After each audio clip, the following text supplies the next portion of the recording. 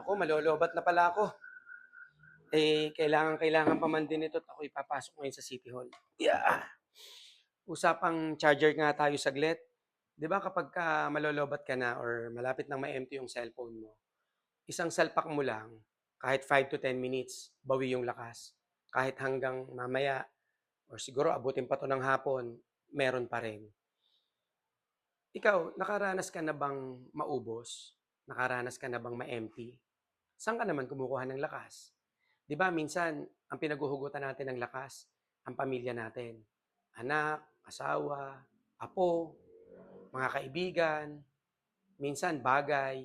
Kapagka meron kang isang bagay na nakakapagpaligaya sa'yo, talagang gumagaan ang pakiramdam mo. Pero kapagka naramdaman mo na minsan na parang nag-iisa ka, nakaramdam ka na parang ang lungkot-lungkot mo, na parang parang pakiramdam mo wala ka ng kasama at kasangga, meron ka pa ring lalapitan. Walang iba kundi ang ating Panginoon Diyos. Sa kanya ka mag-charge. Sigurado, full charge ka kaagad.